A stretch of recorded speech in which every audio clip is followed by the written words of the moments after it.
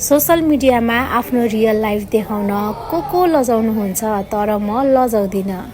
Hello everyone, welcome to my mini vlog and सबैजनामा मेरो सेवा रो भन्दै आजको मेरो मिनी भ्लग चाहिँ मैले मेरो फर्स्ट अर्डरबाट गरेँ। मेरो फर्स्ट अर्डर चाहिँ रहेको थियो चिकन चाउमिन र मैले चिकन चाउमिन पनि बनाइसकेँ साथीहरू। होटल गरेर चाहिँ यसरी बियर एक्सट्रिमको खोलहरू बेचेर पनि पैसा कमाउन सकिन्छ है। र म फेरि लागेँ अर्डरतर्फ। मोमोको अर्डर थियो र मैले भटाभट मोमोहरू रेडी गर्दैछु र तताएर दिन लागिरहेको छु। यत्तिकैमा अर्डरहरू आएको म चाहिँ बनाएको बनाएँ। अनि देख्न सक्नुहुन्छ साथीहरू मेरो अनुहारबाट थाहा पाउनुहुन्छ गर्मी कति छ भनेर। अनि मेरो बुढो चाहिँ गर्मी सर्मी नभनी भाँडाकुँडा माझ्दै हुनुहुन्छ। पकाउँदा आफूलाई पनि भोक लागेर मैले चाहिँ गम मोमो खान थालेँ है।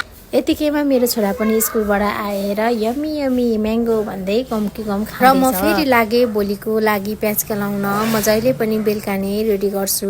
र मेरो आजको ब्लग चाहिँ म यहीँ नै एन्ड गर्न चाहेँ। र मेरो ब्लग कस्तो लाग्यो तपाईँहरूलाई? आई होप सबैजनाले मन पराएर साथ सपोर्ट गरिदिनुहुन्छ भने ठुलो आशा राखेको छु।